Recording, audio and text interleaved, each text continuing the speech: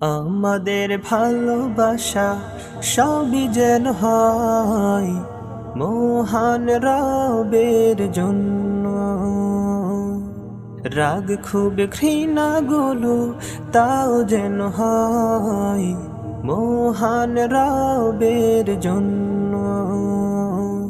ভালোবাসি বাসি ভালো, ভালোবাসি প্রভু তোমাকে। ইয়া হাবিবি ইয়া রাসূলুল্লাহ, হৃদয় গেথেছি তোমাকে।